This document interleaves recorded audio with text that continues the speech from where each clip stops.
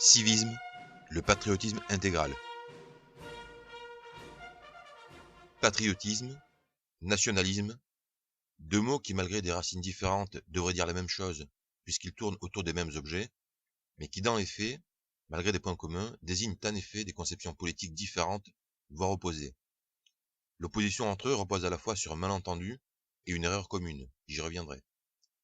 D'ici là, je précise que je n'adhère pas à la définition simpliste et fausse, d'après laquelle le patriotisme serait l'amour des siens et le nationalisme la haine des autres. Les choses sont bien plus complexes. Le patriotisme, aussi bien que le nationalisme, c'est l'amour de sa patrie, de son pays, de sa nation, de son peuple, de sa société et de ses concitoyens, autant de notions qui se confondent ou vont de pair. Un patriote, un nationaliste, s'identifie à son peuple, il l'aime comme lui-même, il voit du moins en lui sa famille élargie.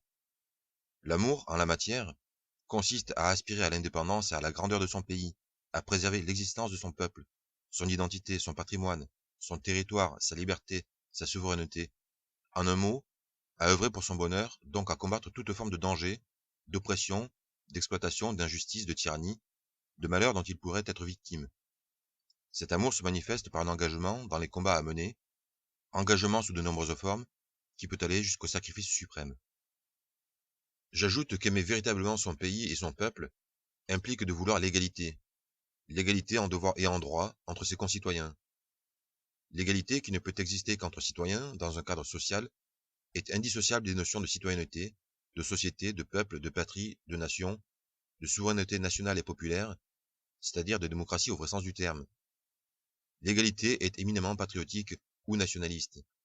À l'inverse, l'inégalité est synonyme d'exploitation, d'oppression, d'injustice, d'oligarchie, de tyrannie, toutes choses que patriotes et nationalistes sont supposés honnir. On n'aime pas son peuple quand on cautionne le principe de l'inégalité, quand on accepte que ses concitoyens soient inégaux, donc pour la plupart d'entre eux exploités, opprimés, tyrannisés, etc. C'est ici qu'intervient la différence entre ce que l'on appelle aujourd'hui le patriotisme d'un côté, le nationalisme de l'autre.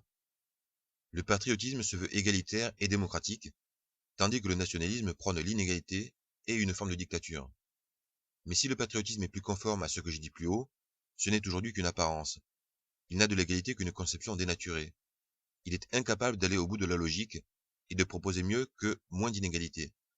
La raison est simple, le système monétaire dans lequel nous sommes est intrinsèquement inégalitaire, et comme les patriotes ne remettent pas en cause la nature du système, comme ce à quoi ils aspirent est fondamentalement impossible dans ce système, ils baissent leurs prétentions et tordent les principes sans même en avoir conscience. C'est là l'erreur commune que font aussi les nationalistes. Ils tiennent eux aussi la monnaie pour un paramètre naturel et ne remettent pas plus en cause le système monétaire que les premiers. Mais eux voient dans leurs conséquences, notamment dans l'inégalité, des principes. Ils peuvent donc d'autant moins changer les choses qu'ils ont fait leur la logique du système. Et c'est au nom de ce réalisme, qui n'est jamais qu'une soumission à l'argent, que les nationalistes rejettent à bon droit l'égalité dénaturée, contre nature, et parfois désastreuse, prônée par les patriotes. Partant, ils ne peuvent que valider l'inégalité du système monétaire et la reproduire sur le plan politique, en proposant des régimes hiérarchisés, autoritaires, oligarchiques et au final tyranniques, systèmes qui paradoxalement sont en même temps un frein à l'argent. Ainsi, nous voyons que le patriotisme et le nationalisme, tels qu'ils existent aujourd'hui, ne savent ni l'un ni l'autre comment traduire dans les faits l'amour du peuple. Le premier échoue à instaurer l'égalité, le second ne tente même pas. Chacun focalise sur des problèmes particuliers, aucun ne voit le problème général. Tous veulent assurément le bien de leur peuple, de leur société, mais aucun ne va au bout de la logique sociale, faute de renoncer à la logique monétaire. Or, dans un système monétaire, c'est toujours l'argent qui gagne. Dit autrement, patriotisme et nationalisme sont toujours vaincus au final par le capitalisme, quoiqu'il soit ses plus sérieux adversaires, contrairement aux autres courants politiques qui en sont les complices ou les idiots utiles. Seul le civisme, ou théorie de la cité, réduit les failles du patriotisme et résout les contradictions du nationalisme.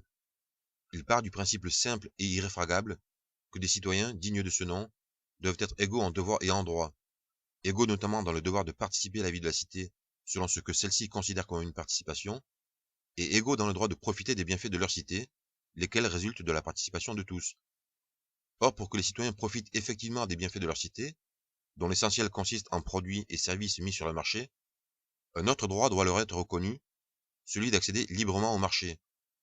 Sans ce droit-là, sans ce droit dont dépendent presque tous les autres, comme on peut le vérifier avec la monnaie, qui aujourd'hui incarne et confère le droit d'accéder au marché, et tous ceux qui passent par celui-là, sans ce droit-là, dis-je, l'égalité est un mot creux. Et c'est d'une égalité creuse, vidée de tout sens par la monnaie, dont on nous rebat les oreilles depuis 200 ans. Depuis la Révolution française, on nous parle d'égalité sans tenir compte du fait que le système est monétaire, que de par l'origine et le fonctionnement de la monnaie, il y a inévitablement des riches et des pauvres, et donc en nous faisant croire que des riches et des pauvres sont malgré tout égaux en droit, ou pour le moins égaux devant la loi. C'est un sophisme pour ne pas dire une foutaise.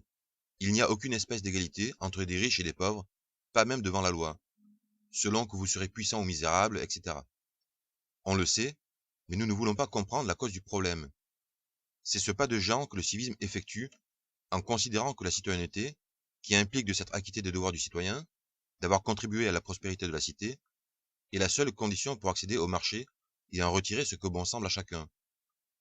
Et pour que les citoyens puissent attester ainsi leur citoyenneté auprès des commerçants et de toute entreprise, ils sont dotés d'une carte à puce dite carte civique, sorte de carte d'identité améliorée, strictement personnelle, sécurisée de manière biométrique, carte qui d'un point de vue technique, fonctionne et s'utilise comme les actuelles cartes de crédit, à la différence près qu'il n'y a plus de crédit sous quelque nom que ce soit, ce qui change tout.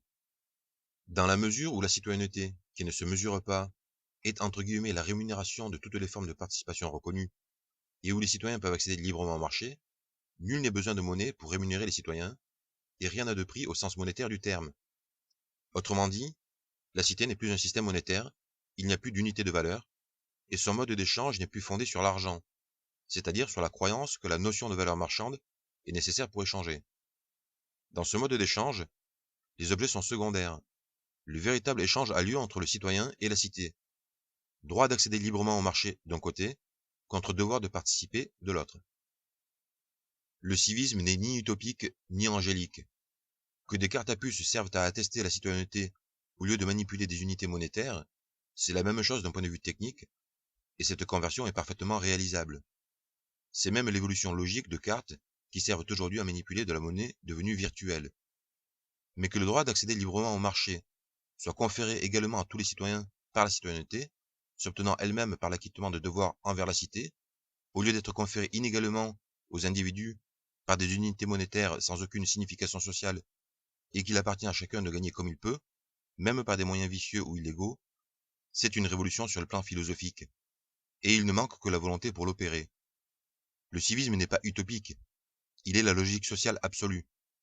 L'utopie n'est pas de s'attaquer à l'argent pour changer le monde, c'est de croire que l'on peut changer le monde sans s'attaquer à l'argent. Enfin, je dis monde, c'est une façon de parler. Le civisme ne prône pas la révolution mondiale, ce qui serait surréaliste. Il ne conçoit la révolution qu'au niveau national, dans le cadre des pays existants, et en premier lieu dans un pays occidental comme la France. Bien que ces principes soient universels, dans le sens où ils sont ceux de toute société, même animale, il ne nie pas l'existence des peuples et leurs différences, et ne prétend pas former une seule société de toute l'espèce humaine. Il n'est ni universaliste, ni mondialiste, ni sans-frontiériste. Universalisme, mondialisme, sans-frontiérisme et tous leurs dérivés, étant d'ailleurs des phonies du capitalisme, donc de l'argent. Le civisme se concentre sur la société et vise à instaurer son modèle dans un pays, quitte à ce que ce modèle se répande ensuite. Il croit en la nation. Il est de facto nationaliste. Il veut l'égalité au sein de la patrie. Il est de facto égalitaire, à ne pas confondre avec égalitariste, et patriotique. Il est pour la souveraineté du peuple. Il est de facto souverainiste, républicain et démocratique. Un système égalitaire serait démocratique par la force des choses, en l'inverse d'un système inégalitaire qui est oligarchique par nature. Il anéantit l'argent. Il est de facto anticapitaliste. Il assure à tous et à tous les niveaux la plus grande liberté possible. Il est de facto libéral et décentralisateur autant que faire se peut. Il garantit l'application des principes de l'ordre social. Il est de facto socialiste. Il est tout cela à la fois, mais d'une manière qui n'appartient qu'à lui, c'est-à-dire non faussée par l'argent, comme le sont aujourd'hui les doctrines de tous les courants politiques qui revendiquent l'un ou l'autre de ces caractères. Mais je me suis éloigné de mon sujet. Je voulais traiter la question de l'angélisme. Et sous quel rapport le civisme le serait-il? La cité n'est pas ouverte aux 80, et elle distingue même la nationalité, qui s'acquiert sur des critères identitaires et par des devoirs particuliers et confère les droits politiques, de la citoyenneté, à laquelle sont attachés les droits économiques et sociaux. Pas de droit sans devoir, pas de devoir sans droit. La cité ne donne rien à personne. pas d'assistanat. Elle sanctionne le mérite. Elle garantit les droits en contrepartie de devoirs. Le civisme ne postule pas que les hommes sont bons, mais qu'ils recherchent leur intérêt, ce qui est une bonne chose, quand la poursuite des intérêts privés sert l'intérêt général et ne va pas à l'encontre des droits d'autrui, comme c'est le cas dans le système monétaire. Ce n'est pas du communisme. Les citoyens ont la liberté de consommer et d'entreprendre. La cité n'attend pas des entreprises qu'elles produisent, mais qu'elles vendent, entre guillemets, c'est-à-dire qu'elles aient des clients, qu'elles satisfassent une demande significative. Enfin, beaucoup sont incrédules parce que le civisme s'attaque à l'argent, et qu'ils pensent que les riches ne laisseront jamais faire. Mais le but est-il de s'agiter pour qu'au final, les riches, et donc l'argent, continuent à régner? Ceux qui n'inquiètent pas les riches, ou craignent de les froisser, ne travaillent pas pour le peuple, n'aiment pas la patrie. Du reste, des privilégiés n'ont jamais empêché que des bouleversements, devenus nécessaires, aient lieu. Or, qui ne s'est aperçu que le capitalisme est en bout de course, et qu'il est urgent de mettre en place un autre modèle économique avant qu'il n'ait tout détruit, tout épuisé, tout laminé? Il devient assez clair que le capitalisme, dans sa phase actuelle, engendre des problèmes qu'il est impossible de régler sans sortir du système monétaire, mais que le civisme, lui, résout instantanément, non par magie, non par incantation, mais parce qu'il est naturel qu'un problème disparaisse avec sa cause. Je prendrai deux exemples. Tout d'abord le chômage. Dans la cité, tous les citoyens ont le droit d'accéder librement au marché. La demande, le pouvoir d'achat global, est formidable, bien supérieur à l'offre. L'offre peut augmenter, elle est toujours en deçà de la demande. Les chômeurs trouveront tous un emploi, et une fois le plein emploi atteint, il sera maintenu par le déséquilibre permanent entre la demande et l'offre. Ceci reviendra à une relance du pouvoir d'achat, mais non faussée par les effets pervers de la monnaie. Deuxième exemple, la retraite. Avec la baisse du nombre d'actifs, nous ne savons pas comment nous financerons demain les retraites. Mais dans la cité, un citoyen à la retraite est toujours citoyen. Il a donc toujours le droit d'accéder librement au marché, puisque ce droit est conféré par la citoyenneté. Non seulement le problème est résolu instantanément, mais il apparaît qu'il est aujourd'hui purement financier et artificiel. En attendant, ce faux problème sert de prétexte pour nous plonger dans d'autres, le plus grave de tous étant l'immigration massive. Il faut nous arrêter sur cette question de l'immigration, qui par sa durée et son ampleur, est devenue une question existentielle pour notre pays et notre peuple, et réunit de ce fait dans une même hostilité, patriote et nationaliste. Le positionnement par rapport à l'immigration prime tout désormais. Elle est l'alpha et l'oméga de la politique. Il y a ceux qui sont pour, sans frein, les mondialistes, les sans-frontiéristes, capitalistes ou gauchistes, et ceux qui sont contre, les souverainistes, qualifiés d'extrême droite par les traîtres à la nation. Le civisme ne réglera pas le problème de l'immigration-invasion, car la cité ne pourra et ne devra être bâtie qu'une fois le problème réglé. Trois raisons. La première, c'est que ce problème et tout ce qui en découle accaparent tellement l'attention et divisent tellement l'opinion que le discours contre l'argent, pour l'égalité, est inaudible, car en avance d'une guerre. La deuxième, c'est que la cité sera une démocratie par la force des choses, pour la raison inverse qu'un système inégalitaire est oligarchique par nature, alors que l'immigration génère un communautarisme qui fausse le jeu démocratique, et rendrait d'autant plus impossible de régler le problème de l'immigration. La troisième, c'est que pour qu'il y ait une révolution en France, il faut qu'il y ait encore des Français pour la faire, de vrais Français, pas des Français de papier. D'où le slogan, pour faire la révolution demain, il faut sauver la France aujourd'hui. Le civisme n'envisage pas l'existence de la cité avant le règlement, d'une manière ou d'une autre, dans tous les cas douloureuse, du problème de l'immigration. Autrement dit, la cité sera édifiée par des hommes libérés des problèmes qu'elle pose, en garde contre les dangers de l'humanisme béat et au fait des principes de l'ordre social. L'immigrationnisme sera mort. La cité aura donc la volonté et les moyens d'empêcher l'immigration, ou du moins de la maîtriser. Dans la mesure où il n'y aura plus de monnaie, où le droit d'accéder au marché sera attaché à un statut devant lui-même être reconnu par la cité, où les entreprises n'auront plus d'intérêt financier à faire appel à une main-d'œuvre étrangère, où des immigrés illégaux n'auront eux-mêmes aucun intérêt à travailler pour elles, pour les entreprises, puisqu'ils ne pourront plus les payer, où l'emploi de clandestins sera même considéré comme de l'esclavagisme et puni comme tel sans pitié, il ne pourra y avoir d'immigration que légale, donc désirée, maîtrisée et encadrée. Sans oublier le fait que la cité ne reconnaîtra plus le droit du sol, ni du sang d'ailleurs, puisque la nationalité ne s'obtiendra que sur des critères et par des devoirs, de sorte que les citoyens nationaux, les authentiques Français, ne subiront plus l'injustice d'être mis sur un pied d'égalité avec des étrangers, d'origine et de cœur, et les citoyens du monde autoproclamés, et que, inversement, ils ne douteront plus du caractère français de quiconque aura la nationalité. Quel patriote, quel nationaliste ne rêverait d'un tel système? Maintenant, si le civisme ne dit pas ce qu'il faut faire aujourd'hui face à l'immigration, Il donne toutefois de nouveaux motifs de dénoncer l'immigrationnisme. Il explique pourquoi l'argent, pourquoi le capitalisme, dans sa logique immanente, la met en œuvre. Patriotes et nationalistes savent déjà qu'elle est voulue d'abord par le patronat pour casser les luttes sociales et tirer les salaires vers le bas, ensuite par les gauchistes pour des raisons idéologiques. Mais ils ne comprennent pas que le capitalisme, qui se sait au bord de la chute, espère échapper à son sort en paralysant, voire en détruisant les peuples qui l'ont porté, enfanté, et qui, sans qu'ils le sachent eux-mêmes, sont à la veille de l'anéantir, ou en ont du moins le potentiel. L'immigration est, pour le capitalisme, un moyen d'étouffer la révolution dans l'œuf, en introduisant massivement des hommes venus d'ailleurs, ayant évidemment une autre mentalité, d'autres mœurs, d'autres conceptions, d'autres intérêts, d'autres désirs que les autochtones, et qui sont donc une source de conflit, et pour le moins une force d'inertie. Il en est de même de l'Europe, également voulue par le capitalisme, qui, elle, a pour fonction de détruire les pays et les peuples par le haut ou de l'extérieur. C'est donc au nom de la révolution elle-même, au nom d'un anticapitalisme radical, que le civisme s'oppose à l'immigration et prône la sortie de l'Europe. Ainsi, le civisme offre aux patriotes et aux nationalistes une doctrine cohérente de bout en bout, depuis son cœur jusqu'à sa périphérie.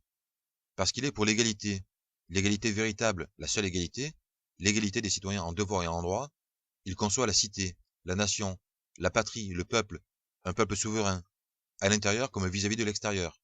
D'où le triptyque, démocratie, indépendance, non-ingérence.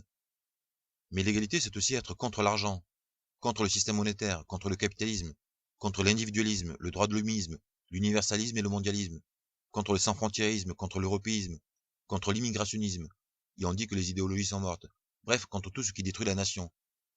La cité forgerait des citoyens qui n'en auraient pas que le nom, qui rempliraient leurs devoirs comme ils connaîtraient et jouiraient de leurs droits, qui tous participeraient, tous profiteraient, qui seraient unis dans la joie comme dans la peine, qui seraient frères parce que réellement égaux et collectivement maîtres de leur destin, qui auraient l'esprit de corps, ils seraient conscients de former un tout et fiers de lui appartenir, et auraient à cœur de le défendre. Le civisme rompt avec le patriotisme et le nationalisme actuel, parce qu'il est le patriotisme ou le nationalisme intégral. Il ne compose pas comme eux avec l'argent et les préjugés monétaires. Il ne se laisse pas impressionner par les leurs capitalistes. Il conduit à l'harmonie sociale, parce qu'il a pour seule boussole les principes de l'ordre social. L'égalité des citoyens en devoir et en droit, dont celui de profiter des bienfaits de leur cité, est non seulement la seule égalité possible, mais cette égalité est indispensable entre des individus pour qu'ils forment société. Et l'obstacle à l'égalité, c'est l'argent. Qui ne se bat pas pour l'égalité bien comprise, défend l'argent en dernière analyse, et est donc un ennemi du peuple, de la nation, de la patrie. Les causes de l'égalité et de la patrie sont une, comme celles de l'argent et du capitalisme. Ceux qui veulent servir la patrie sans aspirer à l'égalité, ou, ce qui est la même chose, combattre le capitalisme sans dénoncer l'argent, veulent, ou plutôt ignorent qu'ils veulent tout et son contraire, la cause sans ses conséquences. Ceux-là ne sont sans doute pas les pires ennemis de la patrie, mais ils n'en sont pas non plus les meilleurs amis. Allant d'instinct dans le bon sens, mais faisant le chemin à moitié, ils permettent malgré tout d'avancer contre le mondialisme, contre les manifestations spectaculaires du capitalisme, mais ce n'est pas eux qui finiront le travail, contre l'argent, contre l'inégalité, contre l'oppression, contre l'exploitation. Et peut-être même seront-ils, le moment venu, les valets des nouveaux tyrans et les proscripteurs des patriotes conséquents, c'est-à-dire des véritables amis du peuple français. L'argent est un tyran, l'égalité ou la mort. Vive le civisme, vive la France.